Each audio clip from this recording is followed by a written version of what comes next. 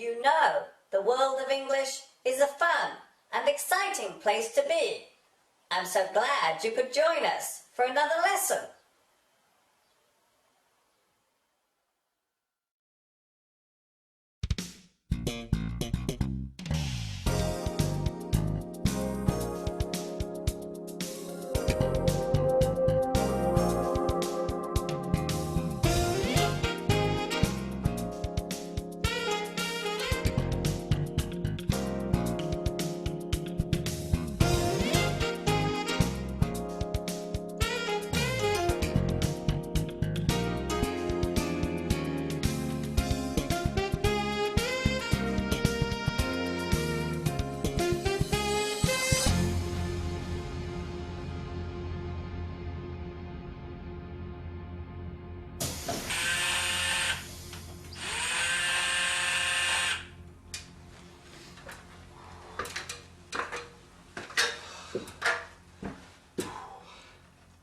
Oh, hi everybody. This is Mr. Duncan in England.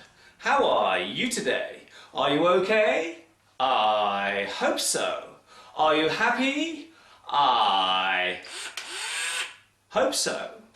In this lesson, we will look at the changing attitude to the way we use words and how the English language is changing because of this.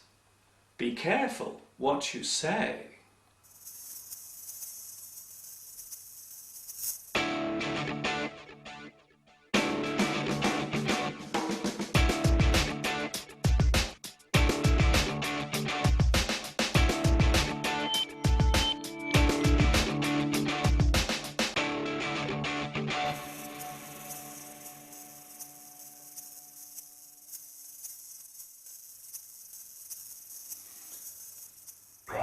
They say that the English language is very colourful and can be used in many interesting ways to describe things around us.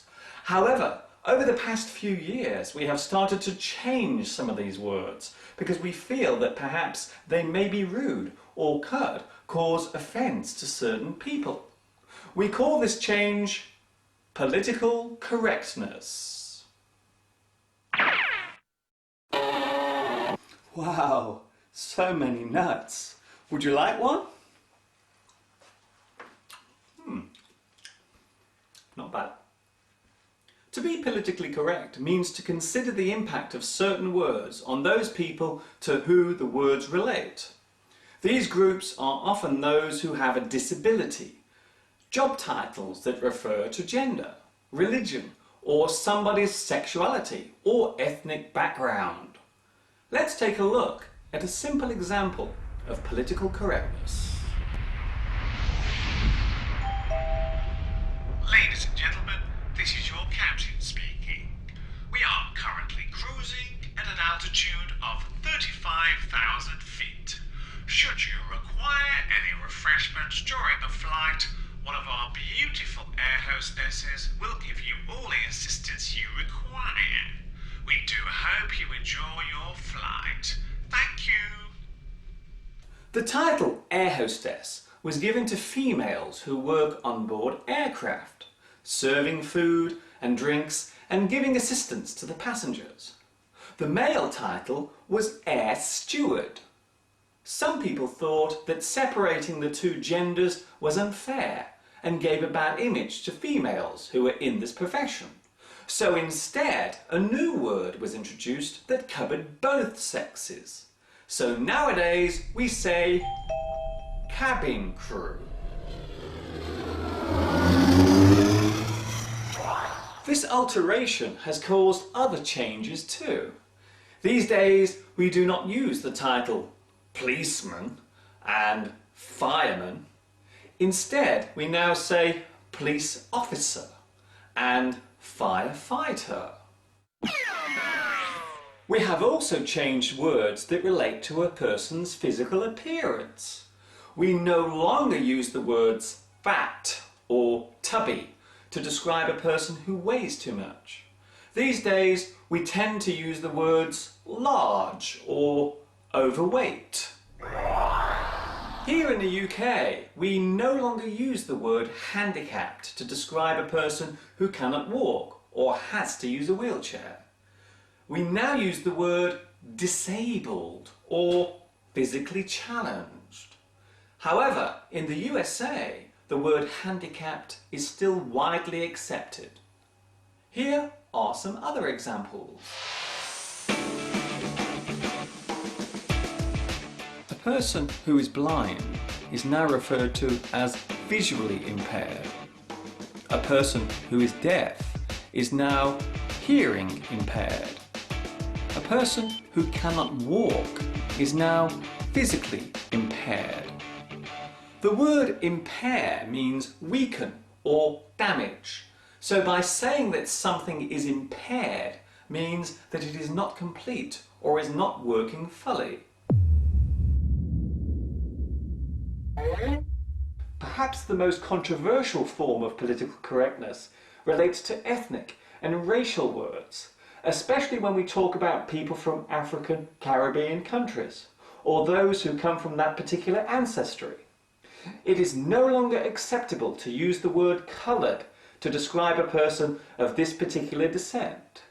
These days, the word black is the politically correct term. However, this has recently caused problems when we wanted to use the word black as a simile or metaphor. It is generally accepted that the word black is often used to show a negative action or a bad action, such as black market, to sell something illegally, black sheep, a bad person in a family, black magic, an evil type of trick, black look, to give someone an angry expression, blacklist, a list of bad things, and blacken, to make something look unattractive. So these expressions have become less popular now, even though they do not in any way relate to the racial origin of a person. Another example of political correctness was the attempt to change the word blackboard to chalkboard. However, many people thought this was going too far, so that particular word is still okay to use to this very day. It's a good idea. It's a bad idea. I agree. I disagree. It's wrong. It's okay. It should be stopped. It's all right. I have no problem with it. No worries. It's okay. It should be stopped. I think it's disgusting. Look what I'm having for my tea. Political correctness tends to occur in democratic countries, where freedom of speech is taken as a civil right.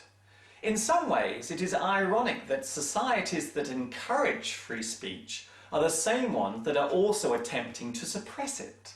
It is also worth noting that being politically correct is not a new thing.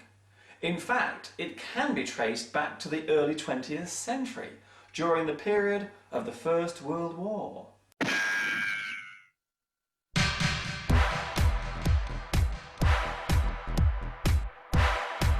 There seems to be a big divide about how far we should go with political correctness. Some people believe it is a good thing and should be encouraged, while others believe that our freedom to speak has been taken away. You may even hear someone use the sentence, "It's political correctness gone mad!"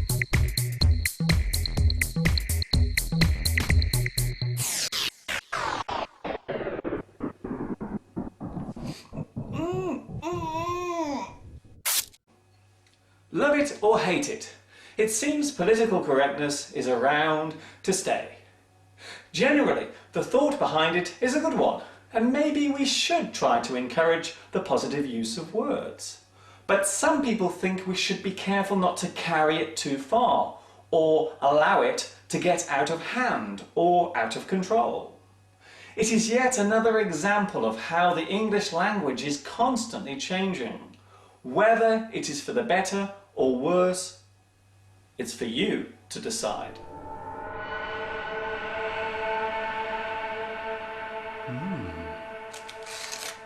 My favourite.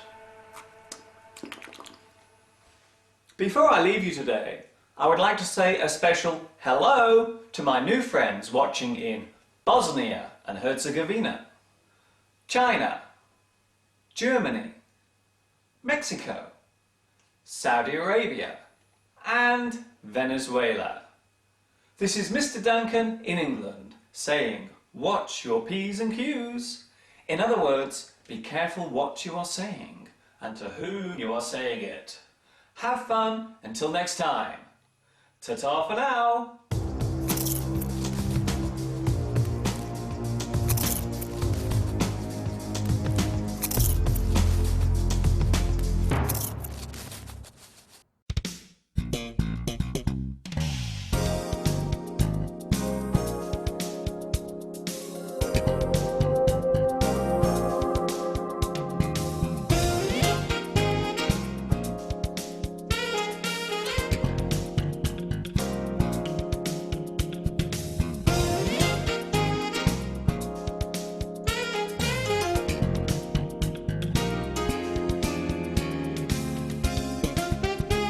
These leather trousers are so hot, I'm taking them off.